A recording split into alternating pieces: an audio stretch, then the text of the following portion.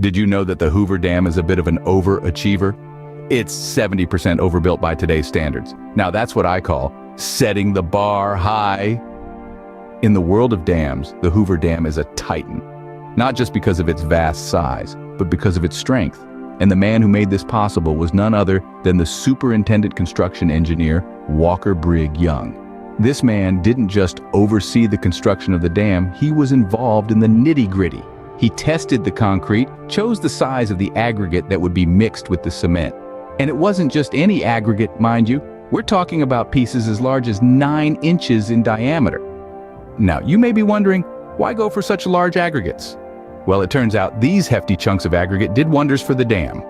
They made the Hoover Dam stronger. So strong, in fact, that it can withstand an earthquake of a magnitude of 8.6. That's right, this dam isn't going anywhere. But an earthquake isn't the only pressure the Hoover Dam has to handle. There's also the pressure of the lake. The dam has to withstand 45,000 pounds per cubic foot of pressure. That's like having an elephant standing on every square foot of the dam all day, every day. And here's the kicker. You'd think with all this strength, there must be a ton of structural steel in the dam. But no, not a single piece. The Hoover Dam is made up of interlocking blocks, ranging from 50 by 50 feet to as large as 60 by 60 feet and down to as small as 25 by 25 feet. It's like a giant Lego set. Who said adults can't play with blocks? And the best part? The concrete is still curing. It probably won't ever stop. Its lifespan, anywhere from 3,000 to 7,000 years or even longer. Ever wondered why the Hoover Dam is so overbuilt? Well, it was influenced by a rather disastrous event. The St. Francis Dam disaster. Talk about learning from others' mistakes. Let's jump back to the Roaring '20s, 1926 to be exact. That's when the construction of the St. Francis Dam was completed. This gravity dam was built to hold back water for Los Angeles, California. The man at the helm of this project was Mo Holland, working for the Metropolitan Water District in LA.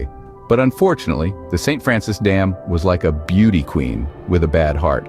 It showed signs of deformities, too tall to hold back its reservoir, and its base wasn't properly rooted on a firm foundation. Fast forward to 1928 and the dam had sprung a leak right through its center. Mo Holland, however, didn't see anything amiss. He reassured everyone, there's nothing to worry about. Everything is peachy. That night, everyone went to bed unsuspecting of the catastrophe brewing.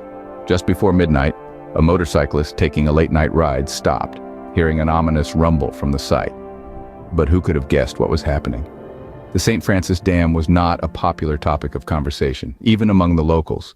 And then, at around 11:30, the dam gave way.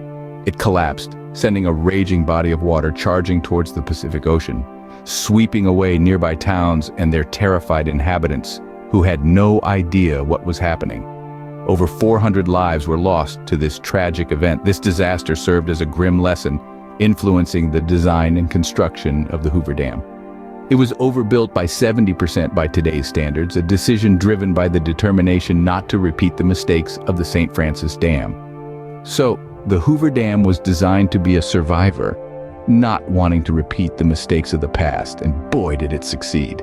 Now, if all these fun facts have piqued your interest, why not plan a visit to the Hoover Dam yourself?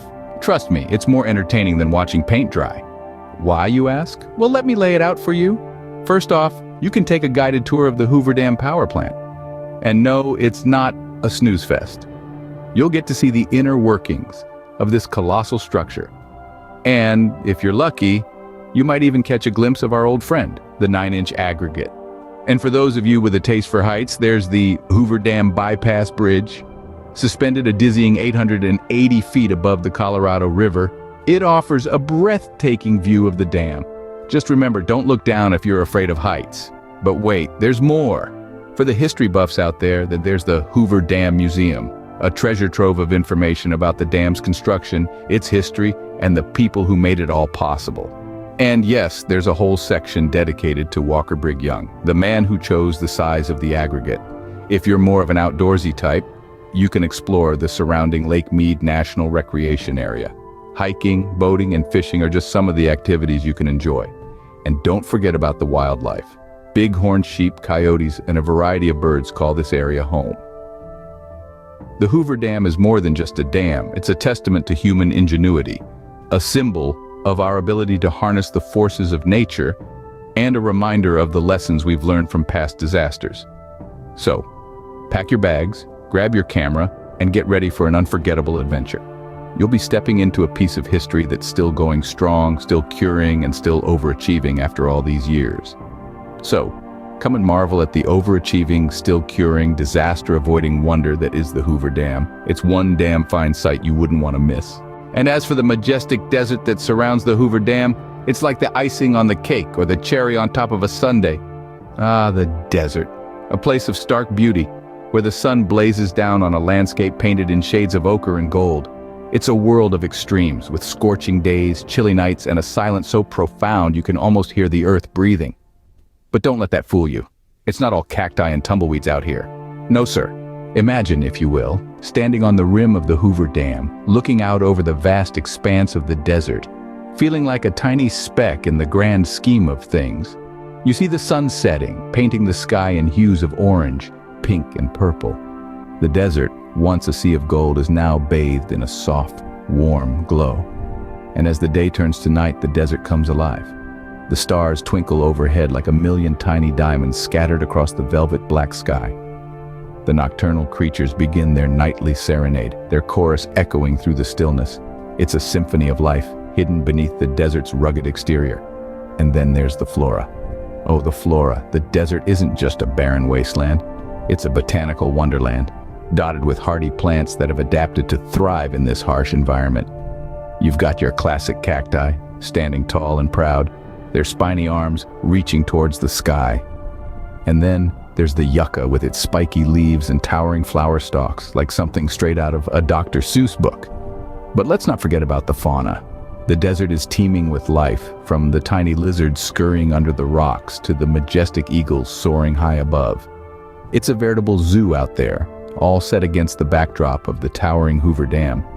So, whether you're a history buff, a nature lover, or just someone in need of a good laugh, the Hoover Dam and its majestic desert backdrop is sure to delight.